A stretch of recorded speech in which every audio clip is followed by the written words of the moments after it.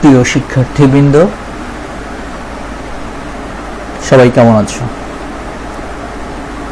নিশ্চয়ই ভালো আছো। কোভিড-19 এর কারণে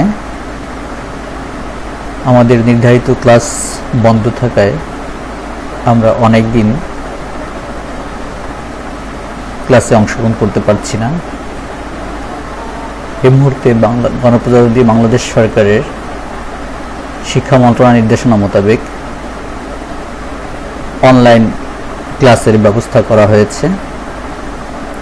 অনলাইন ক্লাসের অংশ হিসাবে সরকারি পিসি কলেজ বাগেরহাট এর দর্শন বিভাগের পক্ষ থেকে যুক্তিবিদ্যা দ্বিতীয় পত্রের নির্ধারিত ক্লাস এর আয়োজনে রয়েছি আমি শেখ আব্দুল গাফফার, সহকারী অধ্যাপক, দর্শন বিভাগ, সরকারি পিসি কলেজ বাগেরহাট। নিশ্চয়ই তোমরা সরকারের এই এখনো পদক্ষেপে আনন্দিত হবে। ঘরে বসে অনলাইনে ক্লাস করার সুযোগ পেয়ে এবং আমরা অংশগ্রহণ করতে পেরে আমরা আনন্দিত। যুক্তিবিদ্যা দ্বিতীয় পত্রের তৃতীয় অধ্যায়,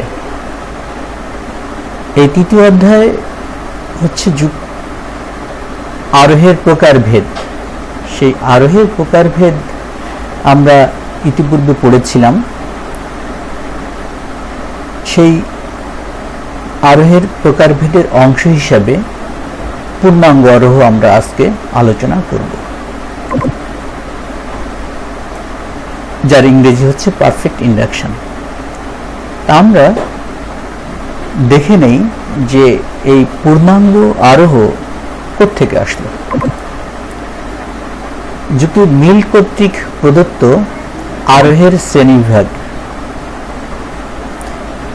তিনি আরোহ অনুমানকে দুই ভাগে বিভক্ত করেছেন। এক হলো প্রকৃত আরোহ আর দুই হলো অপ্রকৃত আরোহ। প্রকৃত আরোহ আমরা ইতিপূর্বে জেনেছি যে আরোহে আরোহমূলক উল্লম্ফন উপস্থিত থাকে তাকে প্রকৃত আরোহ বলে, আর যে আরোহে আরোহমূলক উল্লম্ফন উপস্থিত থাকে না তাকে অপ্রকৃত আরোহ বলে। তোমরা ইতিপূর্বে জেনেছ আরোহমূলক উল্লম্ফন হলো আরোহের প্রাণ বা মূল বৈশিষ্ট্য। তাই যে আরোহে এই প্রাণ বা মূল বৈশিষ্ট্য উপস্থিত থাকে তাকে প্রকৃত আরোহ বলে, আর যে আরোহে এই প্রাণ বা মূল বৈশিষ্ট্য অনুপস্থিত থাকে তাকে অপ্রকৃত আরোহ বলে। এই প্রকৃত আরোহ আবার তিন প্রকার, যথা বৈজ্ঞানিক আরোহ, অবৈজ্ঞানিক আরোহ এবং সাদৃশ্যানুমান বা সাদৃশ্যমূলক অনুমান। আর অন্যদিকে অপ্রকৃত আরোহ তিন প্রকার, পূর্ণাঙ্গ আরোহ, যুক্তি সাম্যমূলক আরোহ আর ঘটনা সংযোজন। যাই হোক, আমরা এখন বুঝতে পারলাম যে এই পূর্ণাঙ্গ আরোহ কোত্থেকে আসলো। আরোহের শ্রেণীবিভাগ এর দ্বিতীয় অর্থাৎ অপ্রকৃত আরোহের অংশ হিসেবে এই পূর্ণাঙ্গ আরোহ চলে এসেছে। তা আমরা এই পূর্ণাঙ্গ আরোহের বিস্তারিত আজকে আলোচনা করব। চলো আমরা পূর্ণাঙ্গ আরোহে আলোচনায় চলে যাই। পূর্ণাঙ্গ আরোহ, হোয়াট ইজ পারফেক্ট ইন্ডাকশন? তার ভূমিকা তো আমি আগেই বলেছি, যে সকল আরোহ অনুমানে আরোহের প্রাণ, আরোহের মূলক উল্লম্ফন উপস্থিত থাকে না তাকে অপ্রকৃত বা অযথার্থ আরোহ বলে। আর পূর্ণাঙ্গ আরোহ হলো অন্যতম অপ্রকৃত আরোহ বা অযথার্থ আরোহ।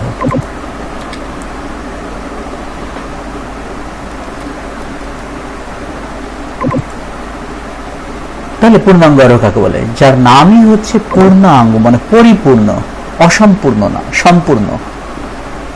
কোনো অসম্পূর্ণতা নেই। দেখে নেই যে আরোহ অনুমানে কোনো শ্রেণীর অন্তর্গত প্রতিটি দৃষ্টান্তকে পৃথক পৃথকভাবে পর্যবেক্ষণ করে একটি তথাকথিত সার্বিক সিদ্ধান্ত গঠন করা হয় তাকে পূর্ণাঙ্গ আরোহ বলে। তো এই সংজ্ঞাটা বিশ্লেষণ করলে আমরা কি পাই? একটা শ্রেণীবাচক পদ থাকতে হবে। তোমরা জানো শ্রেণীবাচক পদ অর্থ কি? যে পদ দিয়ে দুই বা ততোধিক ব্যক্তি বা বস্তুকে বোঝায় তাকে শ্রেণীবাচক পদ বলে। যেমন আমরা বলি মানুষ, গরু, বই, খাতা। বই বলতে একটা বইকে বোঝানো হয় না, তেমনি মানুষ বলতে একজন মানুষকে বোঝানো হয় না। এটা হচ্ছে শ্রেণীবাচক পদ। তা সেই শ্রেণীবাচক পদের অন্তর্গত প্রতিটি, আগে আমরা পড়েছি যে কয়েকটি দৃষ্টান্ত পর্যবেক্ষণ করে সিদ্ধান্ত গ্রহণ করা হয় তাকে আরোহ অনুমান বলে।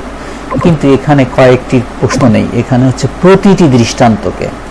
এইখানে পার্থক্যটা, এখানে সাধারণ আরোহ অনুমান থেকে পূর্ণাঙ্গ আরোহের পার্থক্য এখানে সাধারণ আরোহ অনুমানে কয়েকটি দৃষ্টান্ত পর্যবেক্ষণ করা হয়, কিন্তু পূর্ণাঙ্গ আরোহে প্রতিটি দৃষ্টান্ত পর্যবেক্ষণ করা হয়। তাহলে কোন শ্রেণীর অন্তর্গত প্রতি দৃষ্টান্তকে পৃথক পৃথকভাবে পর্যবেক্ষণ করে একটি তথাকথিত সার্বিক সিদ্ধান্ত গঠন করা হয় তাকে পূর্ণাঙ্গ আরোহ বলে।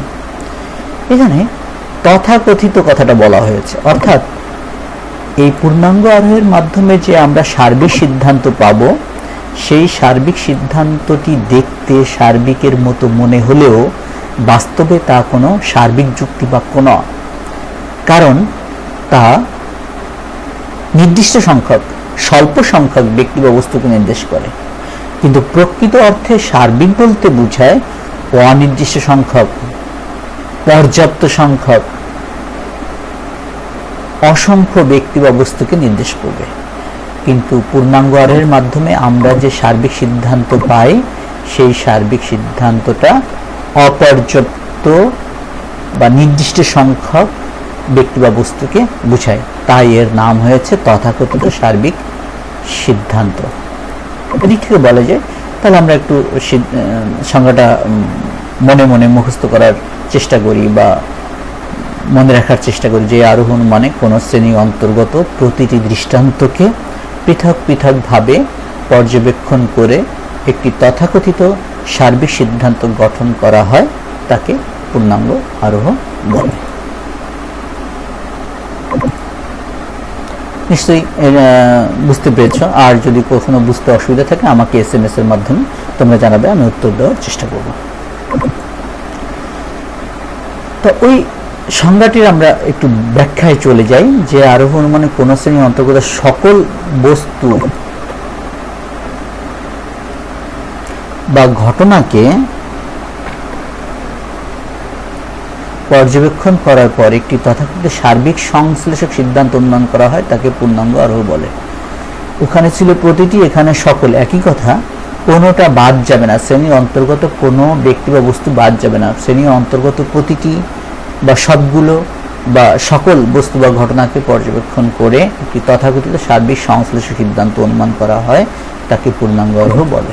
যেমন উদাহরণটা দিলে বুঝতে পারবে, একটি ঝুড়িতে 20টি আম আছে।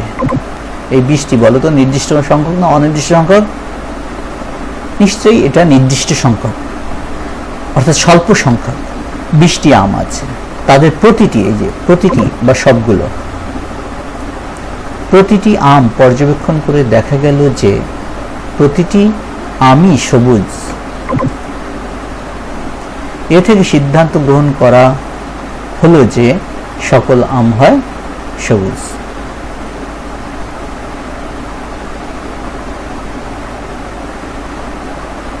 তাহলে কি দাঁড়ালো? এই সকল বলতে কয়টা আমকে বোঝানো হচ্ছে?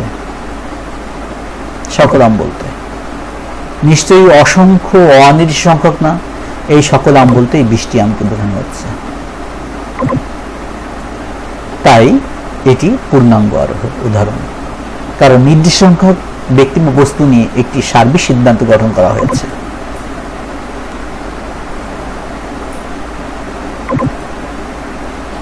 এখন এই পূর্ণাঙ্গ আরোহ কোত্থেকে আসলো?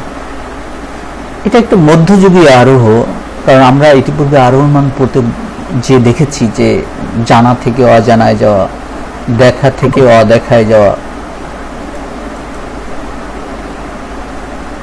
বিশেষ থেকে সার্বিকে যাওয়া, এগুলো হচ্ছে আরোহণ মান। কিন্তু পূর্ণাঙ্গ আরোহ এ সকল বৈশিষ্ট্য ধারণ করে না।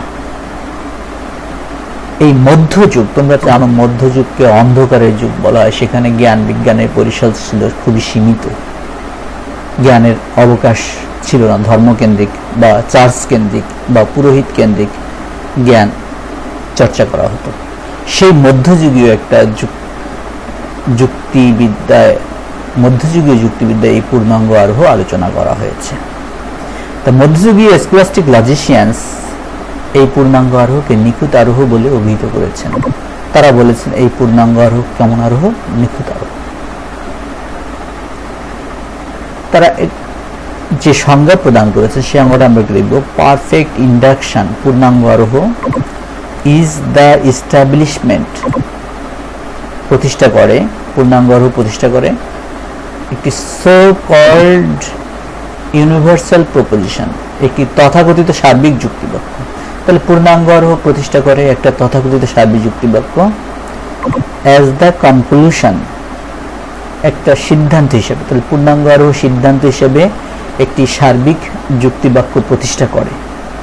আফটার এক্সামিনিং, পরীক্ষা নিরীক্ষা করার পর, all the particular instances of it, এর অন্তর্গত প্রত্যেক বিশেষ বিশেষ দৃষ্টান্ত পর্যবেক্ষণ করার পর একটি তথাকথিত সার্বিক যুক্তিবাক্যকে সিদ্ধান্ত হিসেবে প্রতিষ্ঠা করার নাম পূর্ণাঙ্গ আরোহ। তাহলে perfect induction is the establishment of a so-called universal proposition as the conclusion after examining all the particular instances of it. Inductive logic, scholastic logicians.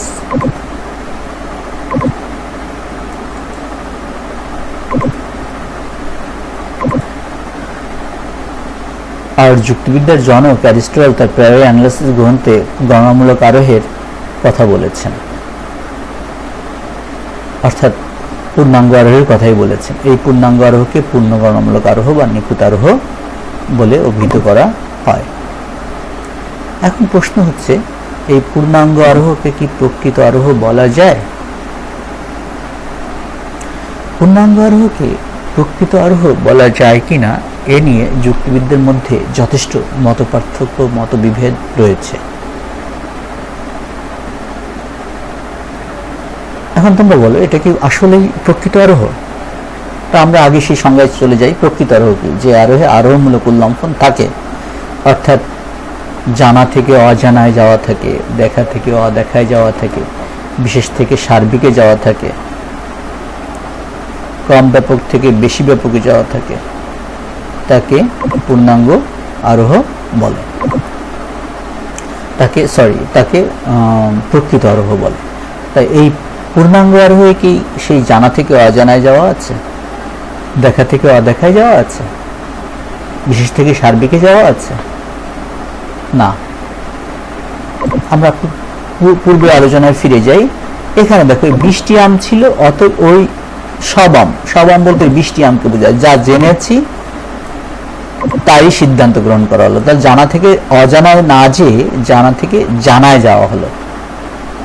তাহলে তো এখানে আরোহমূলক উল্লম্ফন নেই, তাই একে প্রকৃত আরোহ বলা যায় না। এ নিয়ে যুক্তিবিদদের মধ্যে মতবিরোধ আছে, আমরা সেই মতামতগুলো পড়ব। যুক্তিবিদ্যার জনক অ্যারিস্টটল পূর্ণাঙ্গ আরোহকে একমাত্র আকারগতভাবে বৈধ আরোহ বলে মনে করেন। অ্যারিস্টটল সেই প্রথম দিকে বলেছিল এটা একটা বৈধ অনুমান। যুক্তি পি.কে. রায় বলেন পূর্ণাঙ্গ আরোহকে প্রকৃত আরোহ বলতেই হবে। তার মতে অন্যান্য সমস্ত আরোহের মতো পূর্ণাঙ্গ আরোহেও প্রকৃতির একরূপতা নামক মৌলিক নিয়মের উপর নির্ভরতা রয়েছে, অর্থাৎ প্রকৃতির নিয়মের উপর নির্ভরতা রয়েছে। কিন্তু যুক্তিবিদ নীল আর বেইন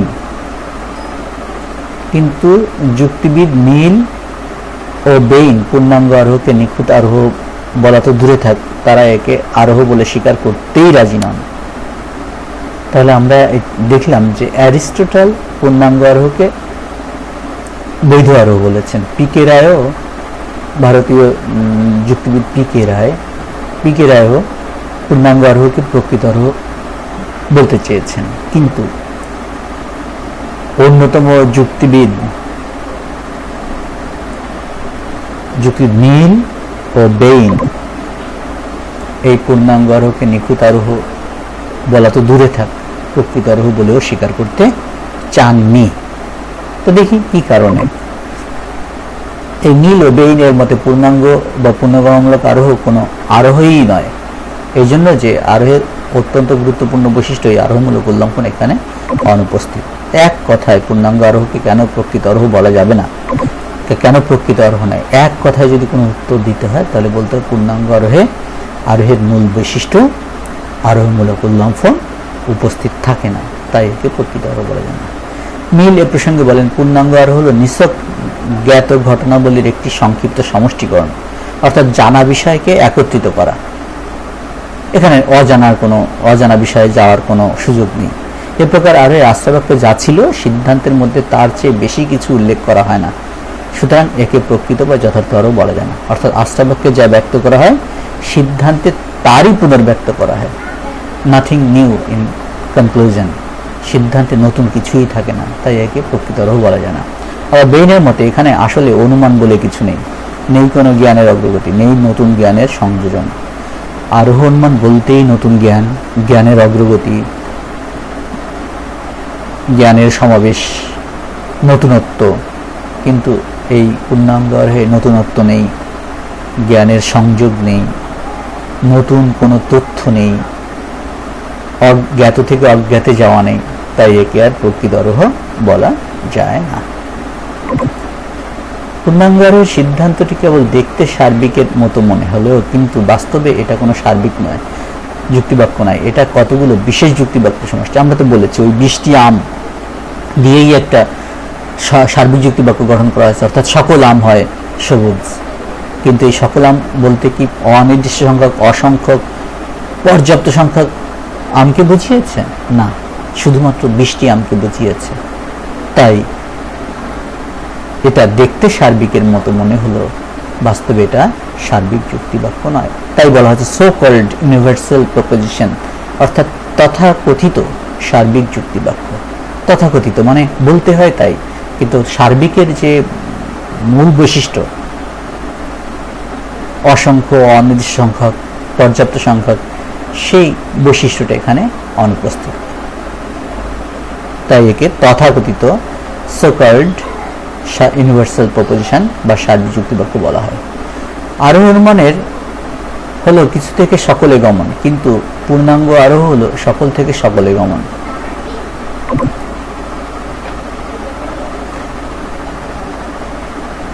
এখানে জ্ঞাত সত্য থেকে অজ্ঞাত সত্য উপনীত হওয়ার বিষয়টি অনুপস্থিত। এসব কারণে পূর্ণাঙ্গ আরোহকে প্রকৃত আরোহ বলা যায় না। আশা করি তোমরা পূর্ণাঙ্গ আরোহ সম্পর্কিত আলোচনা এবং একে কেন প্রকৃত আরোহ বলা যায় না তা তোমরা বুঝতে পেরেছ। আর যদি কারো, আবারও বলছি, যদি কোথাও কোনো জায়গায় বুঝতে অসুবিধা থাকে আমাকে অবশ্যই নক করবে, আমি তোমাদের সকল প্রশ্নের উত্তর দেওয়ার চেষ্টা করব। সকলকে ধন্যবাদ, সবাই ভালো থেকো, পরবর্তী ক্লাসে অংশগ্রহণ করার চেষ্টা করবে।